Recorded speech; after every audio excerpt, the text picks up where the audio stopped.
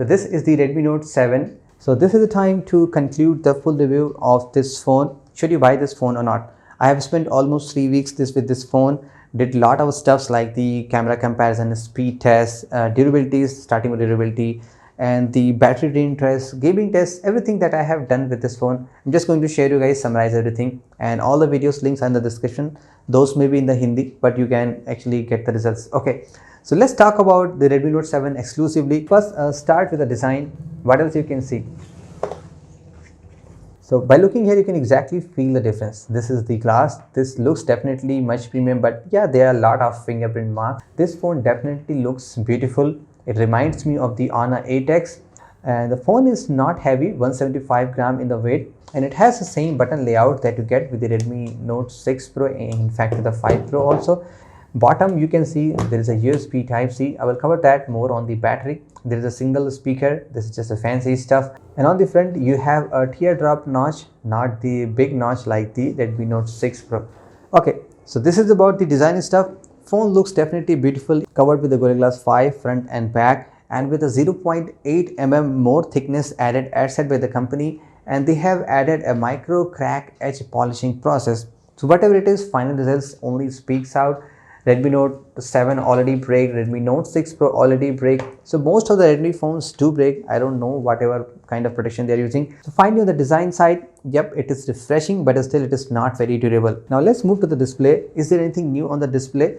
So looking at the display, you can see the only change you can see, it has a new notch compared to the older big notch, and the resolution is same, PPI is same, and display looks to me exactly similar like I have seen on the previous Redmi devices, Note 6 Pro, 5 Pro, but this one has an IPS LCD display. It is not the LTPS also, but display wise only cosmetic change, just the notches change, everything exactly same. So if you like this kind of notch, this is the display for you. Now about the performance of the Redmi Note 7. And I did a lot of tests, like including speed tests, comparing with other devices which do come with a Snapdragon 660, like the Realme 2 Pro, Zenfone Max Pro M2. So do check out all the speed tests. So in the summary, the Snapdragon 660 is really good. Application launching is really very fast, and overall it does a great job. And comparing with the Snapdragon 636, there's not a huge difference. It is slightly improved. You won't notice difference until you compare them side by side. So do check out the all speed test for more information.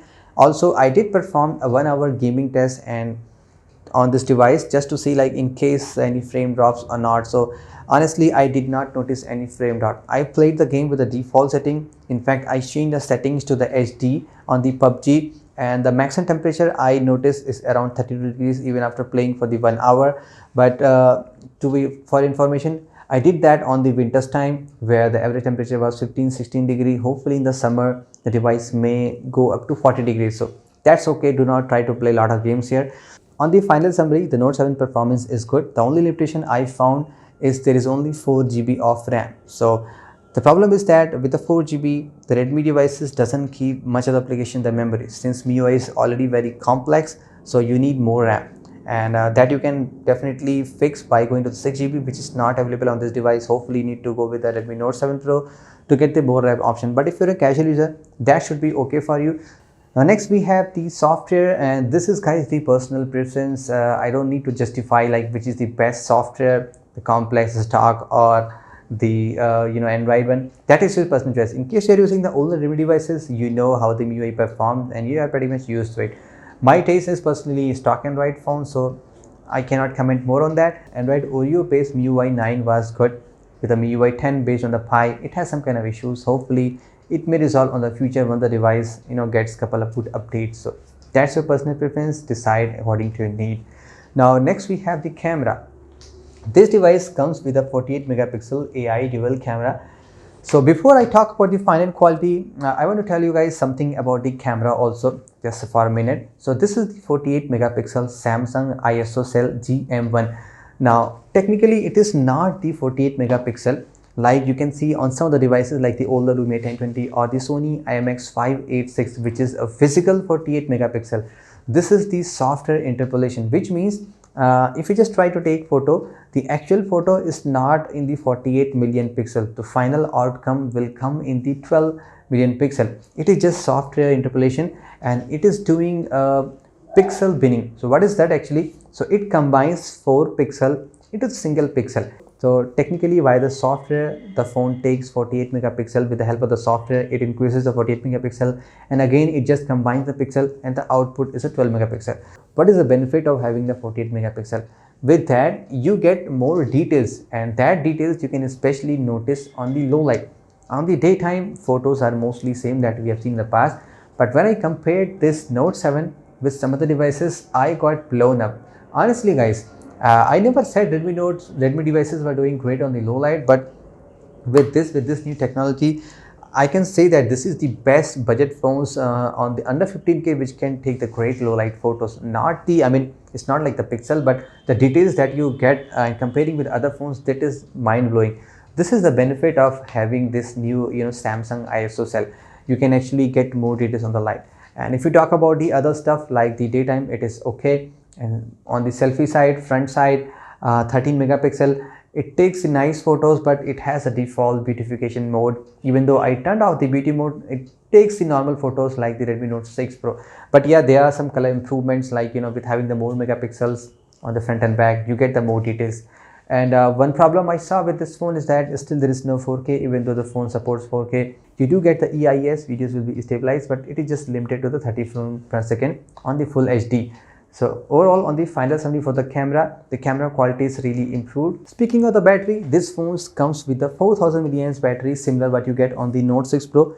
But the good point is that this device now comes with a USB Type-C, and it has a quick charge 4.0 support. That means you can use up to 18-watt charger. We did the charging test for the Note 7 with other devices too. That device takes the same time at the Note 6 Pro. Now what will be the difference if you add the 18-watt charger? So with that, you can charge a device on almost 1 hour 50 minutes. So this is the Nokia 8.1. It has the 18-watt charger on the box. But in the box of the Note 7, you will just get the fast charger, the 10-watt charger, the 5-volt 2 ampere, not the 9-volt 2 ampere or the 18-watt. So you need to buy it separately. Either way, there is only half an hour difference. If you really want to save you half an hour, buy the extra charger. And backup wise, I'm getting the same, around 6 hours of the screen on time. With it is varying actually 5 to 7. Sometimes if I keep it device mostly for the social media stuff, I get to 7 hours. If I take a lot of photos for comparison, I get up to 5 hours. And on the average, between 6 to 5 hours is my screen on time. So 6 hours mostly is a good for this kind of device. Now guys, time for the conclusion. What are the final thoughts? So we have seen there are some great improvements being done on this device compared to older Redmi devices, especially the design and the material they are using, Gorilla Glass 5 front and back. Unfortunately, mine is broken, but yours should not be, because I did the extreme test.